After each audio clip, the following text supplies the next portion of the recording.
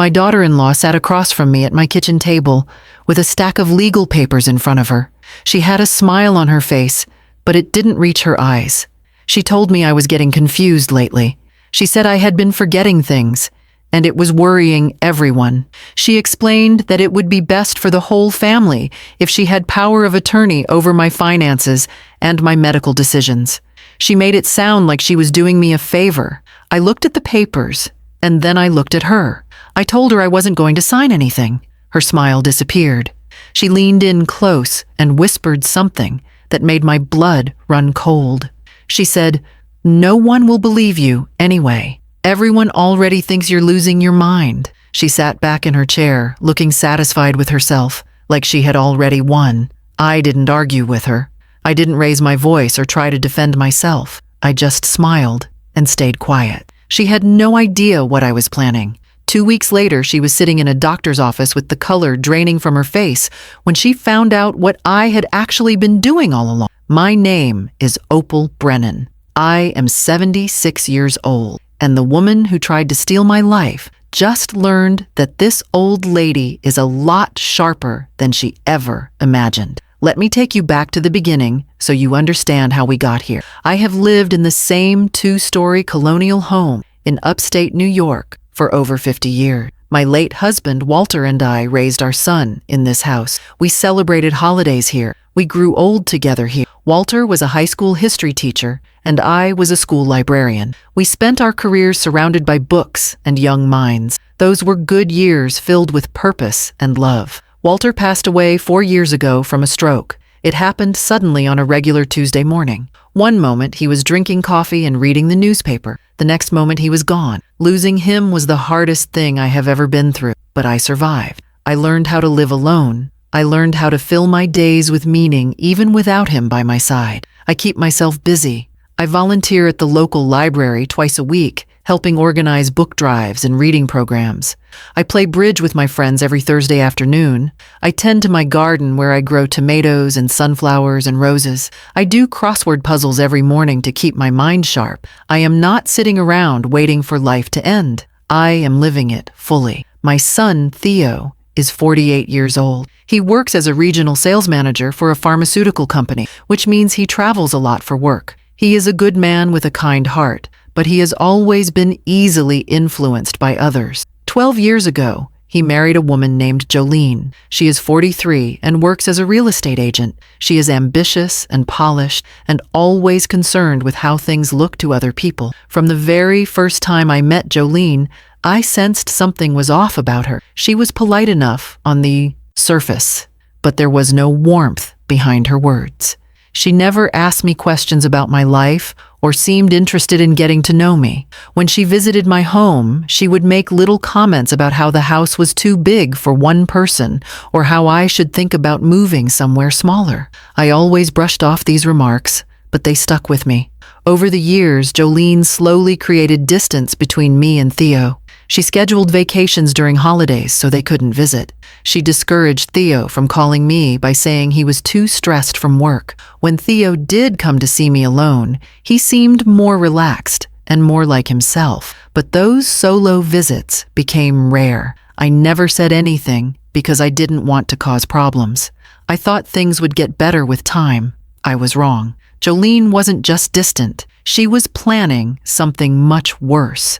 If someone has ever underestimated you, hit that subscribe button and tell me in the comments where you are watching from today. The first sign that something was wrong came about 6 months ago. I was outside watering my flowers when my neighbor Patricia walked over to chat. We talked for a few minutes about the weather and her grandchildren. Then she asked me a strange question. She wanted to know if I was feeling okay lately. She said she had heard I was having some trouble with my memory. I told her I was perfectly fine and asked where she had heard such a thing. Patricia looked uncomfortable. She admitted that Jolene had called her a few weeks earlier, asking about warning signs of dementia. Jolene had told Patricia that she was worried about me and wanted to know if Patricia had noticed anything unusual. Patricia said she told Jolene that I seemed the same as always, but the call had planted a seed of doubt in her mind. I thanked Patricia for telling me the truth and went back inside my house. I sat down in my living room and tried to make sense of what I had just learned. Why would Jolene be calling my neighbors and asking about dementia? I had never given anyone reason to think I was confused or forgetful. Something didn't feel right. Over the next few weeks, I started paying closer attention to the people around me. I noticed that others were treating me differently too. A friend from my church group asked if I was remembering to take my medications. Another friend mentioned that Jolene had called her to ask about my driving habits. Even Theo started asking odd questions during our phone call. He wanted to know if I was keeping up with my bills. He asked if I ever felt lost or disoriented during the day. His voice sounded concerned, but also rehearsed, like someone had coached him on what to say. I began to understand what was happening. Jolene was running a campaign against me. She was calling everyone in my life and planting seeds of doubt about my mental state. She was building a story that I was declining rapidly. She was laying the groundwork for something bigger. The lies she told were completely invented. She told relatives that I had gotten lost driving home from the grocery store. That never happened. She told friends that I had left the stove on multiple times and almost started a fire. That was also false. She told Theo that I had called her in the middle of the night, confused about where I was.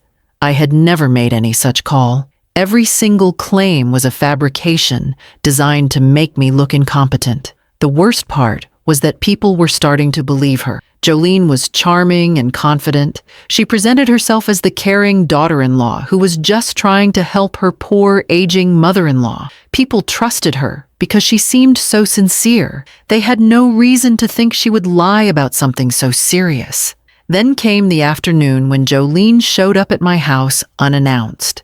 She walked in carrying a leather folder and sat down at my kitchen table without waiting to be invited. She opened the folder and spread out a stack of legal documents.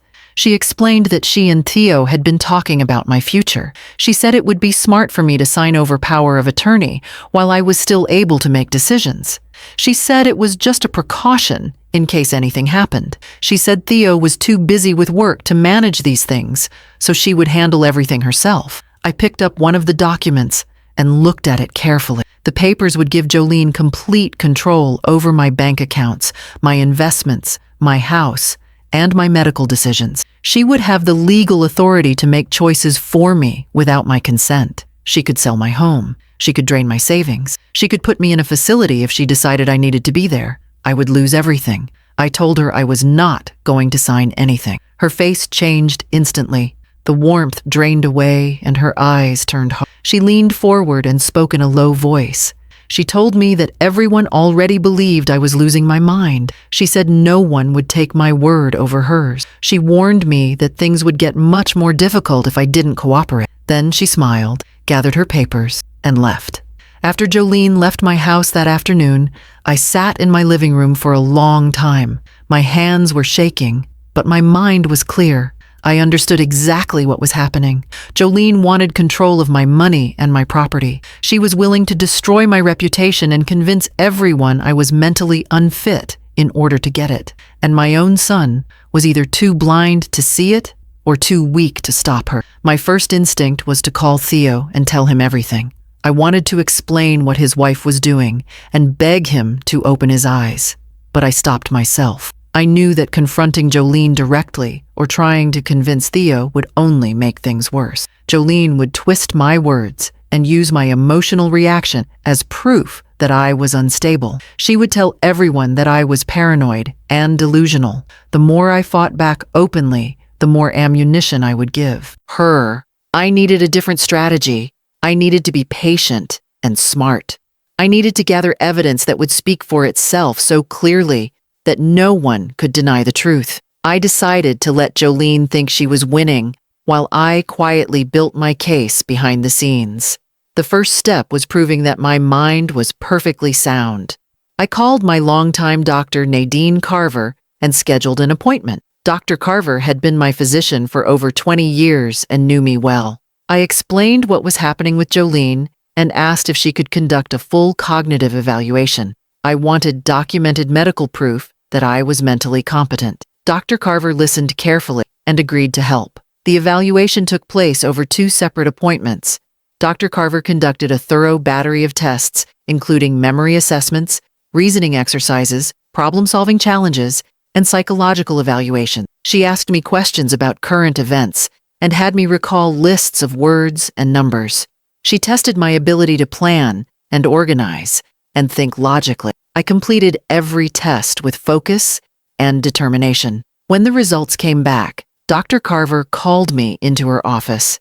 She had a smile on her face as she handed me the official report. My cognitive function was excellent for my age. I scored in the top percentile for memory retention and problem-solving ability. There was absolutely no evidence of dementia, confusion, or mental decline of any kind. Dr. Carver wrote a formal statement confirming that I was fully competent to manage my own affairs. I asked her to keep the report confidential until I was ready to use it, but I did not stop there. I knew that one doctor's report might not be enough to convince everyone. I needed to show a complete picture of my life and my capabilities. I reached out to friends and neighbors and asked them to write short statements about their recent interactions with me. Patricia wrote that we had conversations every week and I was always sharp and engaged. My bridge club friends wrote that I was one of the best players in the group and never missed a game. The head librarian at the volunteer center wrote that I was reliable, organized, and an asset to their programs. I also gathered financial records showing that all my bills were paid on time every month. I pulled bank statements proving that I managed my accounts responsibly with no unusual transactions or overdrafts. I collected letters and documents that painted a clear picture of a capable, independent woman who was in full control of her life. Then I did something that Jolene never expected. I went to an electronics store and bought a small security camera. It was the kind that looked like a normal decorative object, so no one would notice it. I placed it on a bookshelf in my living room, positioned to capture the entire seating area. I wanted to record any future conversations with Jolene in case she said anything incriminating. A few days later, I called Jolene and told her I wanted to talk about the power of attorney again. She sounded pleased on the phone, like she thought I was finally giving in. She agreed to come over the following afternoon. She had no idea that she was walking into a trap. Every word she said would be recorded and used against her when the time was right. Jolene arrived at my house the next afternoon, looking confident and relaxed. She was wearing an expensive blouse and carrying the same leather folder she had brought before. She walked in like she already owned the place. She sat down on my sofa and crossed her legs with a satisfied smile on her face. She had no idea that the small camera on my bookshelf was recording everything. I offered her tea, and she accepted. We made small talk for a few minutes while I waited for her to reveal her true self. It did not take long. She opened her folder and pulled out the power of attorney documents again. She slid them across the coffee table toward me and said she was glad I had come to my senses. She said this was the right decision for everyone. I asked her what would happen if I still refused to sign. Her smile faded slightly. She leaned back and let out a sigh, like she was dealing with a difficult child. She told me that she had already spoken to most of my friends and family. She said everyone was concerned about my mental state. She said if I didn't cooperate, she would have no choice but to petition the court for guardianship. She explained that a judge would review the evidence and almost certainly rule in her favor. She said I would lose control of everything either way, so I might as well make it easy on myself. Then she said something that sealed her fate. She laughed softly and admitted that it had been almost too easy to convince people I was losing my mind. She said, "Old people are so predictable, and no one really listens to them anyway." She said by the time she was done, I would be sitting in a nursing home wondering what happened while she enjoyed my house and my savings. I stayed calm the entire time. I nodded along and let her talk. She incriminated herself completely without even realizing it. When she finished, I told her I needed a few more days to think about it. She looked annoyed, but agreed. She picked up her folder and left, still believing she was in control. 2 days later, I put the final piece of my plan into action. I called Theo and asked him to come visit me that weekend. I told him there was something important I needed to discuss with him. I also called Dr. Carver and asked if she would be willing to join us for a family meeting. She agreed without hesitation. Jolene assumed it was just another conversation about the power of attorney. She had no idea what was waiting for her. On Saturday afternoon, Theo and Jolene arrived at my house together. Jolene looked smug as she walked through the door. Then she noticed Dr. Carver sitting in my living room, and her expression flickered confusion. She asked what was going on. I told her to sit down because there were some things everyone needed to hear. Dr. Carver spoke first.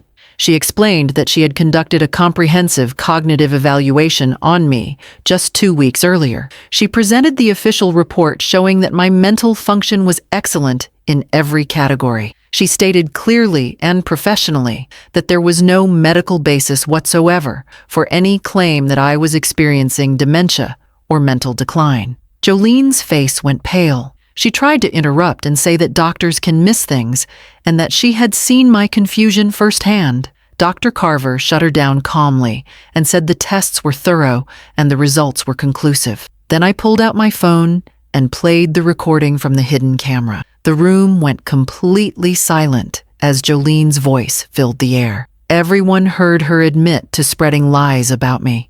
Everyone heard her laugh about how easy it was to manipulate people into thinking I was losing my mind. Everyone heard her threaten me and brag about her plan to take everything I had. When the video ended, Theo turned to Jolene with a look of horror and disgust.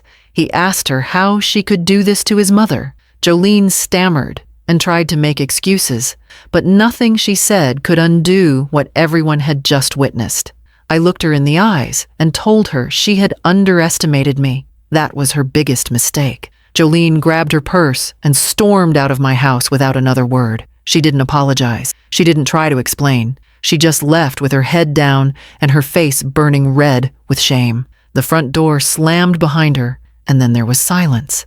Theo sat on my sofa with his head in his hands. He looked broken. He kept saying he was sorry over and over again. He said he should have seen what was happening. He said he should have protected me. I sat down beside my son and put my hand on his shoulder. I told him that love sometimes makes us blind to the faults of the people closest to us. I told him that what mattered now was that his eyes were open. I told him I forgave him because he was my son, and I would always love him no matter what. He hugged me tighter than he had in years, and I felt the distance between us finally begin to close. In the weeks that followed, Theo made the difficult decision to file for divorce from Jolene. It was not easy for him. 12 years of marriage does not end without pain, but he told me he could not stay with someone capable of such cruelty. He said he looked at Jolene differently now and could not unsee what she had revealed about herself. The divorce proceedings were messy and expensive, but Theo stood firm. He refused to let Jolene manipulate him any longer. Theo moved back to our town and rented an apartment just 15 minutes from my house. He started visiting me every week for Sunday dinners, just like we used to do when he was younger. We cooked together and talked for hours about everything and nothing. I watched my son slowly come back to life. The stress lines on his face began to fade. His laugh sounded real again. Our relationship healed one conversation at a time. I also took steps to protect myself legally so that no one could ever try what Jolene attempted again. I worked with an attorney to create an irrevocable trust that would manage my property and finances. I named a professional fiduciary as a backup decision maker in case I ever truly became incapacitated. I updated my will and made sure every document was reviewed carefully before I signed anything. I would never again let anyone take advantage of my trust. Word spread quickly through our small town about what Jolene had done. I did not have to say much because the truth traveled on its own. Friends and neighbors who had doubted me came forward to apologize. They said they felt terrible for ever questioning my mental state. They said Jolene had been so convincing that they didn't know what to believe. I accepted their apologies graciously and told them there were no hard feelings. The important thing was that the truth had come out. Jolene's reputation suffered badly after the story spread. Several of her real estate clients dropped her after hearing what she had tried to do to her own mother-in-law. Her name became associated with dishonesty and manipulation. Within a year, she moved to another state to start over somewhere no one knew her history. I never heard from her again, and I had no desire to. I decided to use my experience to help others. I started volunteering with a local organization that helps elderly people recognize and fight against financial exploitation. I spoke at senior centers and community meetings about the warning signs of manipulation. I shared my story openly so that other people would know they were not alone and that there were ways to fight back. Many people thanked me for giving them the courage to protect themselves. Looking back, I am proud of how I handled the situation. I did not yell or cry or beg people to believe me. I stayed quiet and let my actions speak louder than any words could. I gathered evidence and built my case with patience and strategy. I waited for the right moment and let the truth destroy the lies on its own. That approach saved my independence, my dignity, and my relationship with my son. My daughter-in-law thought I was just a confused old woman she could push aside. She thought she could erase my voice and steal my life with a few well-placed lies. But she forgot that I spent 30 years teaching children how to think and how to question and how to find the truth. I was not losing my mind. I was using it. If this story inspired you to trust your own strength and never let anyone underestimate you, make sure to subscribe to this channel and tell me in the comments if you have ever outsmarted someone who thought they were smarter than you.